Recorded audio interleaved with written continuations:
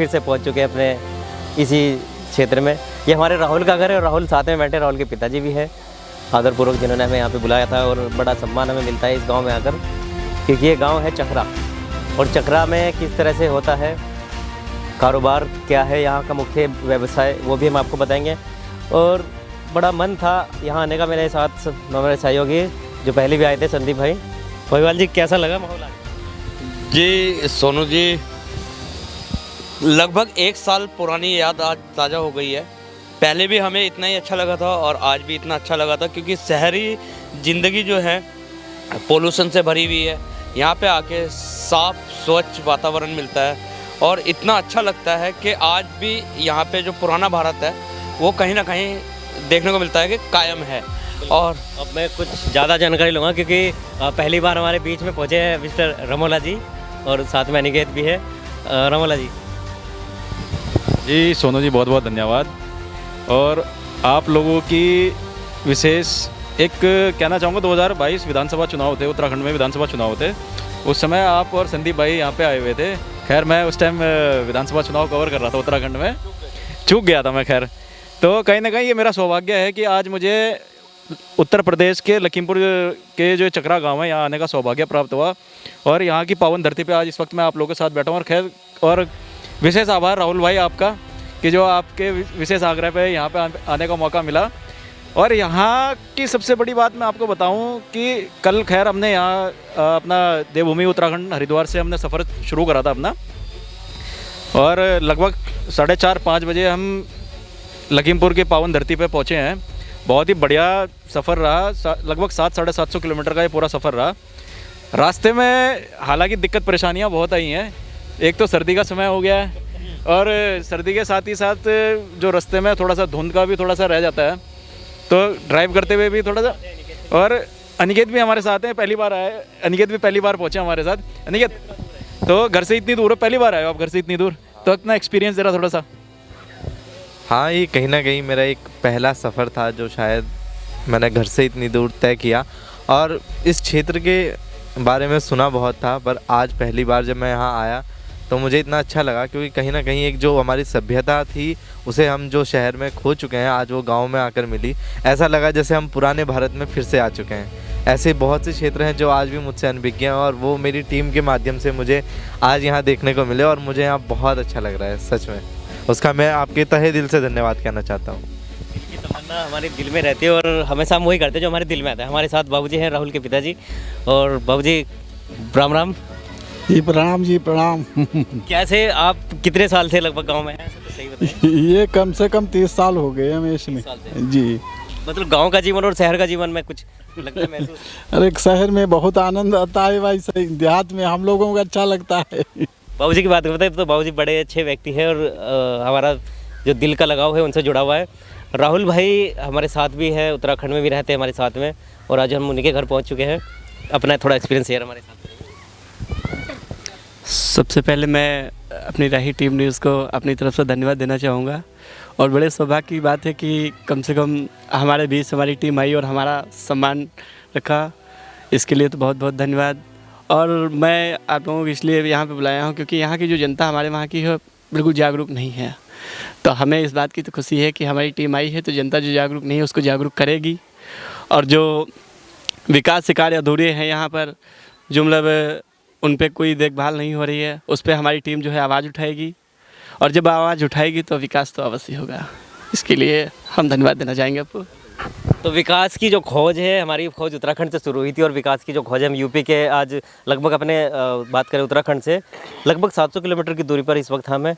और हमारी भी खोज हमेशा चलती रहती है, क्योंकि एक हमारा सिद्धांत है मीडिया का कि आप आगे बढ़ते रहिए और जनता के लिए जो भी आपसे जितना बन पड़े उतना उनको सहयोग दीजिए।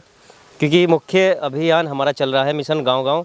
तो मिशन गांव-गांव में हम आपको दिखाने एक स्पेशल ऐसा गांव जहां पर जनता आपसे इतनी दूर है, जहां पर आज भी झुग्गी झोपड़ियों में लोग अपना जीवन यापन कर रहे हैं।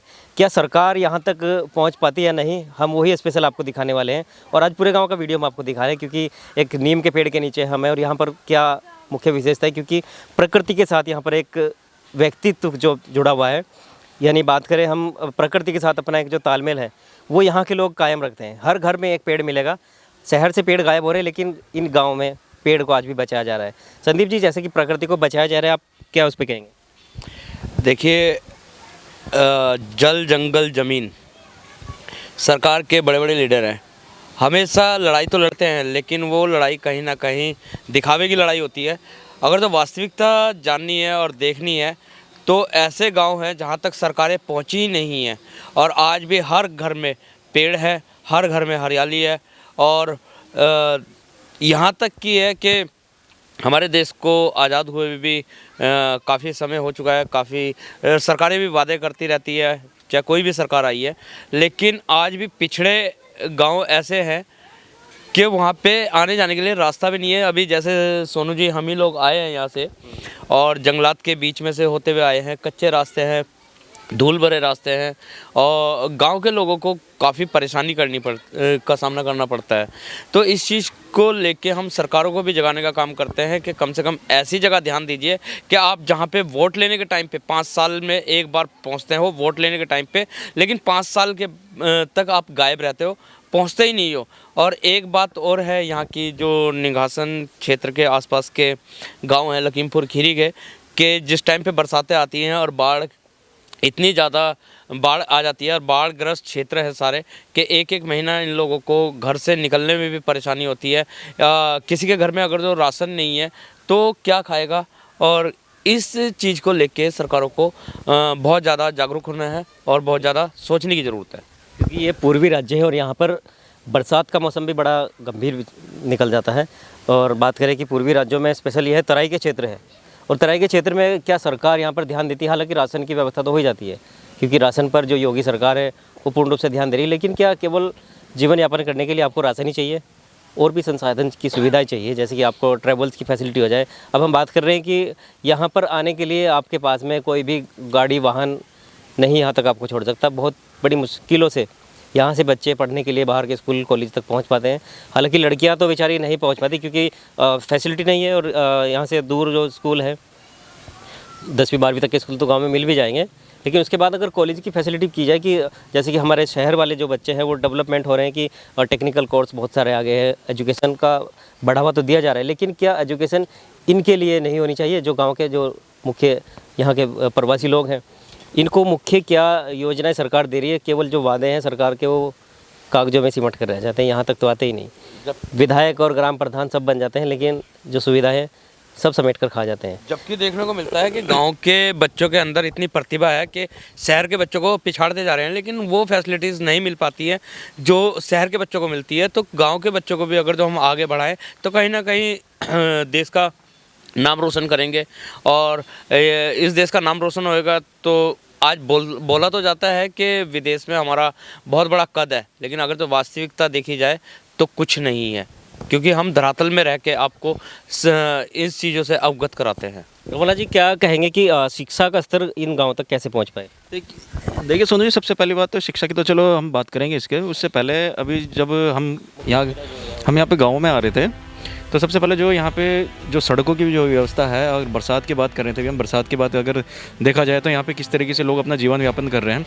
जस्ट अभी आपने देखो, हमने 8 से 10 किलोमीटर का भी हमने अपनी गाड़ी से सफ़र तय किया, और ये सफ़र ऐसा है कि अगर यहाँ पे बरसात आती है तो आप यहाँ पे निकल नहीं सकते हो। यहाँ तक कि मैं आपको दिखाना चाहूँगा, पीछे जिस टाइम उत्तराखंड आ रहा था तो उस टाइम हमारे पास आने से पहले बता रहे थे कि यहाँ पे इतना पानी भर गया था, उन्हें निकलने की यहाँ पे जगह तक नहीं मिली।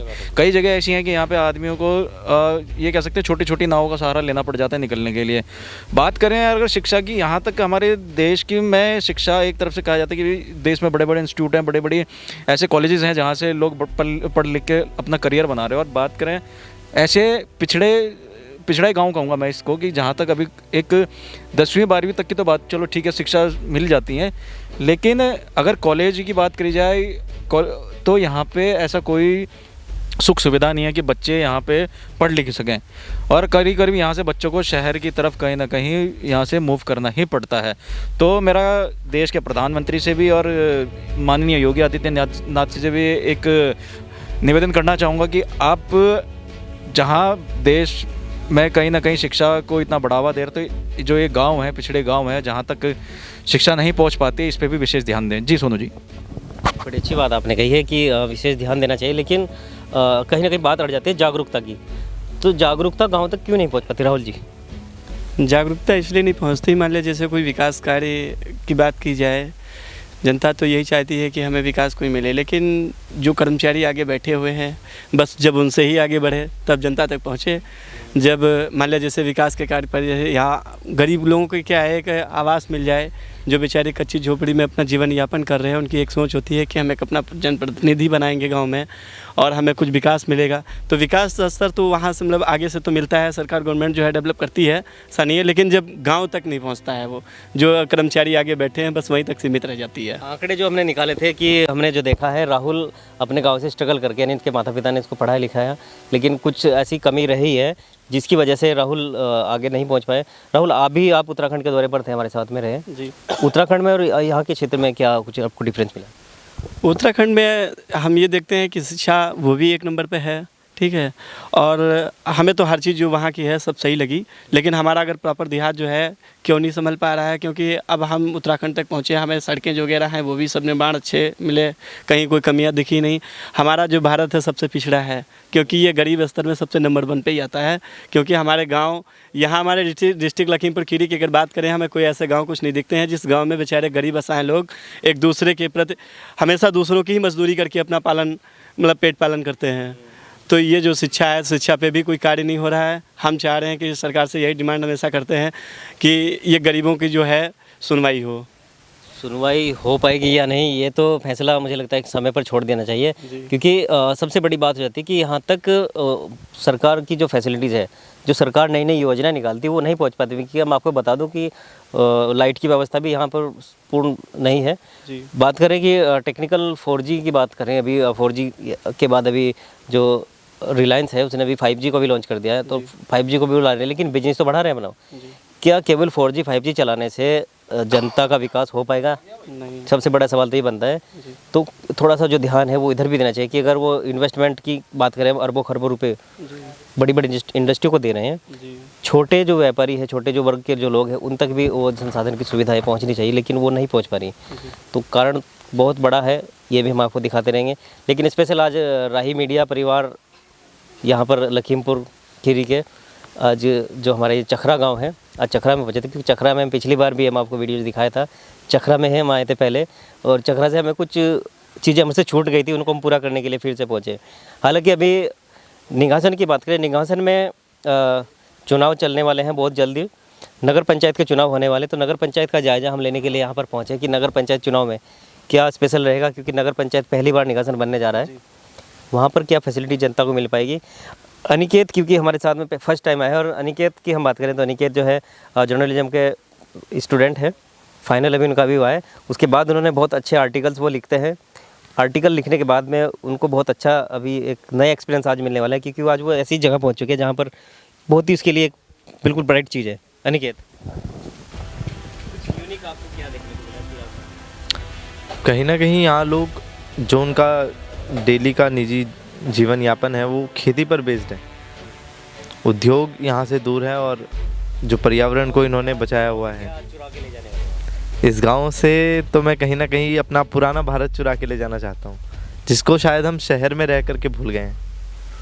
आज मुझे यहाँ मतलब ऐसा महसूस हुआ है जैसे मैं अपने दादा और परदादा के समय में फिर से वापस आ गया हूँ, और जिस तरीके से यहाँ पे बूढ़े बुजुर्गों को मैं देख रहा हूँ कि वो इस समय भी, इस उम्र में भी इतने अच्छे से काम कर रहे हैं, शायद शहर में हम लोग नहीं कर पाते।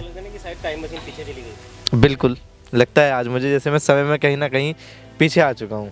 ऐसा लगता है मानो कोई टाइम मशीन है जिसके ज़रिए मैं आज अपने पुराने भारत में वापस लौट चुका हूँ। क्या एक्सपेक्ट रहेगा, क्या सरकार से किस तरह से आप सपोर्ट करेंगे, अप्रोच करेंगे इस क्षेत्र को डेवलप करने के लिए? कहीं ना कहीं मैं चाहूँगा, क्योंकि मैंने देखा है कि योजनाएं तो आती हैं पर फिर भी यहाँ मूलभूत सुविधाएं नहीं आ पा रही हैं। जैसे हमें आते समय ही मैंने देखा कि एक शौचालय की हम बात करते हैं, जो प्रधानमंत्री जी ने स्वच्छ भारत अभियान चलाया, पर कहीं ना कहीं वो सुविधाएं भी यहाँ नहीं पहुँच पाई। आज सुबह भी मैंने कहीं ना कहीं लोगों को बाहर शौच करते हुए देखा। तो ऐसी कहीं ना कहीं क्या समस्याएं हैं जिससे वो योजनाएं धरातल तक नहीं पहुँच पा रही है, ये भी मैं जानना चाहूँगा। और कहीं ना कहीं जो गाँव के क्षेत्र हैं वहाँ आज देखा जाता है कि जो लड़कियाँ हैं वो बढ़ चढ़ करके हर एक विभाग में अपने आप प्रतिभा कर रही हैं और अपनी प्रतिभा को उभार रही हैं। बढ़ चढ़ करके वो कंधे से कंधा मिलाकर पुरुषों के साथ खड़ी हैं, लेकिन वो पिछड़ जाती हैं फिर ऐसी स्थिति में जब उन्हें गांव से बाहर जा कर के पढ़ना पड़ता है। बहुत से परिवार ऐसे होते हैं जो उन्हें रोक देते हैं कि गांव से बाहर जा कर के कहीं ना कहीं लड़कियों की सुरक्षा पर भी एक अंकुश लग जाता है और वो पीछे रह जाती है अपने शिक्षा के क्षेत्र में। बहुत अच्छा ही रहा। देहरादून क्या आपकी इच्छा क्या है, यहाँ से कैसे आप निकल कर अपने गाँव का अपने परिवार का? मैं देहरादून में बहुत ही अच्छा लगता है मैं, और यहाँ से वहाँ और भी घर से दूर रहना एक कठिन काम है वैसे तो, लेकिन फिर भी कैसे कर पाते हो? सब करना ही पड़ता है। 2 साल में रहते हो। हाँ, कुछ मजबूरियाँ ही ऐसी होती हैं, तब भी वहाँ जाना ही पड़ता है। कि रोजगार यहाँ नहीं है, यहाँ रोजगार कहाँ है, इसके लिए भागना पड़ेगा। तो बस लेकिन रोजगार की अगर तो बात करें तो खेती बाड़ी तो है ना। हाँ, खेती बाड़ी है, लेकिन उसमें कहाँ आजकल होता है जो जानवरों के पीछे, जानवर भी तो यहाँ पे बहुत हैं, तो इसीलिए यहाँ कुछ होता ही नहीं है खेती बाड़ी में। कहीं ना कहीं मैं एक चीज़ और आपको बताना चाहूँगा। राहुल जो काफ़ी समय से हमसे जुड़े हुए हैं और ख़ास जानकारी देना चाहूँगा अपने दर्शकों को। राहुल यहाँ से ग्राम प्रधान का भी चुनाव एक बार लड़ चुके हैं। हालांकि बहुत छोटे से आंकड़े से वो रह गए थे, लेकिन फिर भी अपने गांव में एक अलग सी पहचान बनाए हुए हैं। तो गांव के विकास कार्यों के लिए और गांव को एक अलग सी पहचान देने के लिए राहुल क्या रहेगा प्रयास आपका? भविष्य क्या है? देखिए, हमारी एक ये सोच है कि जो हमारे साथ में जो युवा हैं उनकी भी एक यही सोच है कि अगर भाई साहब हमारे एक साथ हमारे कंधे से कंधा अगर मिलाकर चलेंगे तो इस बार तो हम रह गए, लेकिन वो हमको नीचा दिखाने के लिए ऐसी कोई बात नहीं कहते हैं। आप यही कहते हैं आप संघर्ष करते रहिए, हम आपके साथ हैं, ठीक। लेकिन बात करें हम सबसे बड़ी शिक्षा, अभी हमारे गुरु जी सामने जो बैठे हुए हैं मंत्री जी, ये भी एक शिक्षा के बारे में कुछ कह रहे थे हमसे। तो शिक्षा की सबसे बड़ी प्रॉब्लम तो इस बात की, अगर हमारे यहाँ स्कूल कॉलेज अगर यहाँ पे बन जाए तो ज़रूरी नहीं हमारी बहन बेटियाँ हमारे बराबर की हो चुकी हैं। जो रास्ते में जंगल वन विभाग का भी कुछ है बताओ, और ऐसी दुर्घटनाएं काफ़ी हो भी चुकी हैं, रास्ते में होती हैं, जिनसे सुधार हो सके। तो हम चाहते हैं कि अगर हम किसी लायक अगर बन जाएंगे तो ये जो शिक्षा वगैरह है, जो कमियाँ जो है, इनको हम दूर करेंगे। राहुल, एक सवाल मेरा है आपसे जी कि जो शहरी और गांव के जो लोग हैं जी उनमें भेदभाव है कि शहर वाले लोग जो गांव के लोगों को एक्सेप्ट नहीं करते हैं, जी क्या संदेश देना चाहोगे कि किस तरीके से ये भेदभाव मिटाया जाए? सर, भेदभाव की अगर बात करें हम, तो भेदभाव तो हमारे वहाँ कुछ ज़्यादा ही है, क्योंकि भेदभाव के प्रति अगर देखा जाए तो सबसे बड़ी कमजोरी है। कमजोरी क्या है? गरीबी और अमीरी की। हम अपने आप को देखते हैं, सामने से एक सामने हमारे ऊंचा है, एक नीचे है, तो ऊंच नीच का भेदभाव तो सर हमारे वहाँ ख़त्म हो भी चुका है। ऐसा नहीं है कि नहीं हुआ है, प्रभाव पड़ा है पहले से, लेकिन इतना प्रभाव पड़ा नहीं है। सबसे मेन चीज़ देखी जाती है ऊंच नीच। यहाँ पे ऊंच नीच का भेदभाव बहुत लोग मानते हैं, और इस वजह से हम जो अगर उठना भी चाहते हैं, अगर किसी को उठाना भी चाहते हैं, तो सामने वाला जो व्यक्ति है वो हमको हमेशा कमज़ोर नज़रों से ही देखता है। बिल्कुल जी।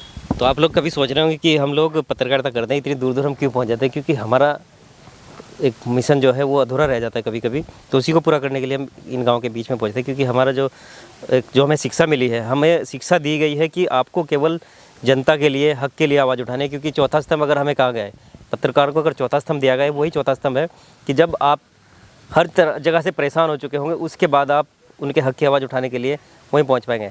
तो ये हमारा निस्वार्थ भाव रहता है कि हम जितना कोशिश हमसे बने, जितना भी कोशिश हम कर सके वो जनता के लिए करें। रमोला जी, जैसे कि निस्वार्थ भाव के लिए हम यहाँ पहुँचे, और पहले भी आपका एक जो करियर जर्नलिज्म में रहा है, क्या अभी क्या नया डेवलपमेंट आप देख रहे हैं? देखिए, पत्रकारिता की बात करें, हालांकि पत्रकारों को देश ये जो है चौथा स्तंभ तो कहते हैं, लेकिन मेरा मानना यह है कि पत्रकारिता करते करते कहीं ना कहीं आपको अपने समाज में एक अपना अलग स्थान बनाने के लिए कहीं ना कहीं, देखो ठीक है ना, तो जैसे आज यहाँ की बात करें, अभी हम यहाँ पर पहुँचे हैं और ये क्षेत्र एक ऐसा क्षेत्र है जो काफ़ी बैकवर्ड माना जाता है। यहाँ पे कोई ऐसी मूलभूत सुविधाएं तो ऐसी है नहीं, ठीक है। अगर बात करी जाए यहाँ की, कहीं ना कहीं समाज के लिए हम कार्य पहले भी करते आए हैं और आज भी कर रहे हैं। अपने उत्तराखंड में कई ऐसी जगह है। अभी आपको मैं एक चीज़ और बता दूँ, उत्तराखंड में अभी भी 6000 गाँव के लगभग एक ऐसे गाँव है जो अभी भी ये कह सकते हैं आपकी, उसमें क्या कहते हैं, अपना बहुत ज़्यादा डेवलप नहीं है। और कुछ राजस्व से भी बाहर हैं, कुछ गांव ऐसे हैं। और जो क्षेत्रीय हालांकि विधानसभा में तो है, और वह एक वोट बैंक के लिए एक तरह से यूज़ किए जाते हैं उनको, जो वहाँ के निवासी हैं, जो वहाँ के रहने वाले जो बाशिंदे हैं, उनको सिर्फ वोट बैंक के लिए यूज़ किया जाता है। तो कहीं ना कहीं मैं ये भी कहना चाहूँगा, एक कड़वा सच है ये भी, कि यहाँ पे वोट बैंक की राजनीति हो रही है। कहीं ना कहीं हमारे हिंदुस्तान में, हमारे भारत देश में भी अभी भी वोट बैंक की राजनीति है। और हमारे साथ अभी यहाँ पे ताऊ जी भी बैठे हैं, मैं आपको ताऊ जी के पास ले चलूँगा, तो उनसे भी जानेंगे। ताऊ जी, सबसे पहले तो आप काफ़ी पुराने हैं यहाँ से, कितनी उम्र है आपकी? होगी 80 साल की। 80 साल की आपकी उम्र होगी। आपने ये गांव अच्छे खासे देखा हुआ है, तो शुरू से लेकर अब तक क्या लगा आपको यहाँ? आप एक तक का तो आप तो बहुत ठीक है पहले से, पहले तो बहुत बेकार था। हाँ, अब तो जब तक ये विकास है आवे लगी, हर एक आदमी टूटे फूटे पड़े रहे, अब तो बहुत कुछ बन चुका है भैया। पहले तो बहुत परेशान लोग रहे हैं। हाँ, अब दाना मिलता है, आराम से गल्ला भी मिलता है, और खाने की रोटी ना रहे वह मिल जाती है। तो सरकार से आपको कितनी योजनाएं मिल रही है और संतुष्ट हैं या नहीं है आप? अब तो संतुष्ट तो है ही है कि 5 किलो गल्ला मिलता है, तब भी काफ़ी है। परिवार है 10 आदमी का, उनका 5-5 किलो मिल गया तो 50 किलो उनका बन गया है।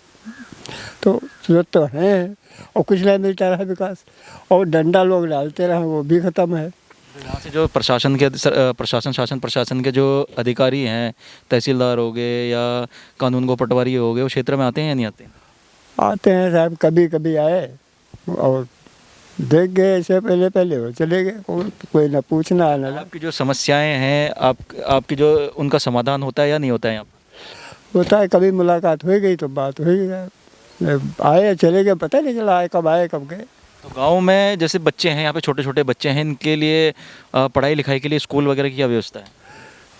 मास्टर तो बराबर आते हैं, घर पे बुलाने भी जाते हैं। हाँ, मास्टर घर घर जाते हैं, बुलाते, बच्चा नहीं आता तो पकड़ के बुलाते हैं, जो हम देख रहे हैं। और अब कोई अब देहात है सर, वो जानते नहीं कदर क्या होती पढ़ाई लिखाई की। हाँ, तो जो है कि ऐसे शहर के लोग हैं तो बच के पढ़ाते हैं, यहाँ तो एक जो गाल पर मार दिया तो वो कहते हैं अपने बच्चे को मारी। देखिए, कहीं ना कहीं केंद्र में भाजपा की सरकार है और आपके उत्तर प्रदेश में भी भाजपा की सरकार है। माननीय योगी आदित्यनाथ जी यहाँ पे मुख्यमंत्री हैं, तो आने वाले भविष्य को कैसे देखते हैं आप इधर का?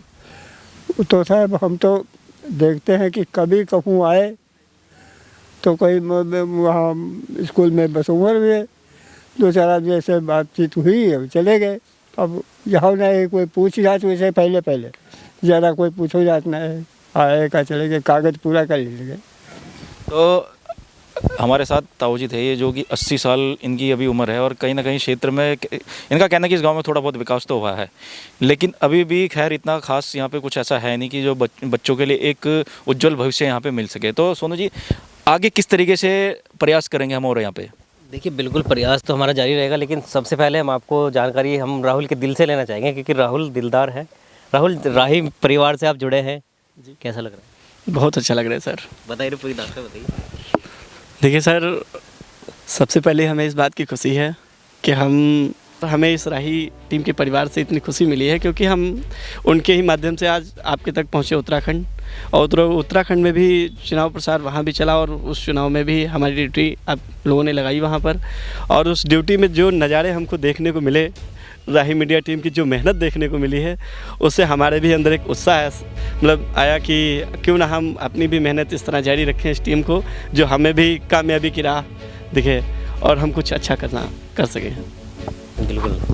तो दर्शकों, हम आपके साथ जुड़े रहेंगे, क्योंकि आज हमारा मिशन शुरू हो चुका है आपके लखीमपुर खीरी के इस चखरा गांव से। और जो हमारा है मेरा गांव मेरा देश, यानी मेरा गांव मेरा देश में हम आपको स्पेशल दिखा रहे हैं आपका मिशन गांव-गांव। ये हमारा खास कार्यक्रम यूं ही चलता रहेगा, और हम यूं ही गांव-गांव तक पहुंचते रहेंगे। अगर आपको भी कोई ऐसा गांव देखने को मिलता है जहां पर मूलभूत सुविधाएं सरकार नहीं दे पा रही, तो आप हमें कमेंट कर सकते हैं, नीचे दिए गए नंबर पर आप हमें भी कॉल कीजिएगा। और हमारी जो वेबसाइट है उस पर आप www.rahikikalam.com पर आप सर्च कर सकते हैं हमें, और हमारे आर्टिकल और लेख आपको यूं ही मिलते रहेंगे, क्योंकि हमारी जो टीम है उसकी मेहनत जज्बा आपको देखने को मिलेगा। जय हिंद, जय भारत, जय उत्तराखंड।